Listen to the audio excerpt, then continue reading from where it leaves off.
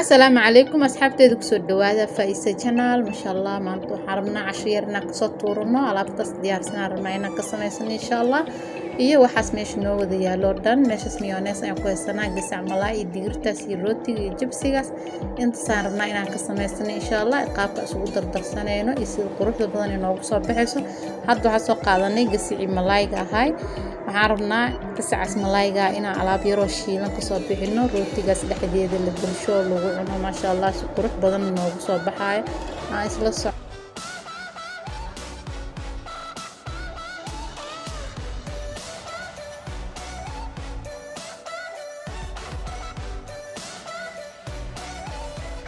hadda waxaan imaanay jikada gasacii malaayga ayaan dabka saaranay biyihiisa rabnaa inaan qalajino kabacdiina wax yaro dhadhanaanis iyo carfis yara lagu daraa insha allah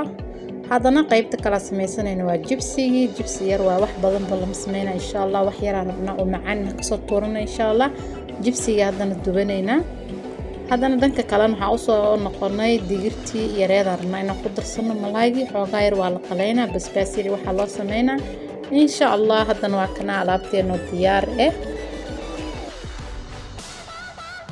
هذا واك لابتينو حين ودن ديار واي ويلكاسي من تيدا سوقاتي كبعد روتيغا دحدا كجرينا ملايغي iyo waxaan marinaynaa mayonnaise-ki qaabka u sameynayna sida qurux badan ay noogu soo baxayso isla soconaa saxabteeda Faiza channel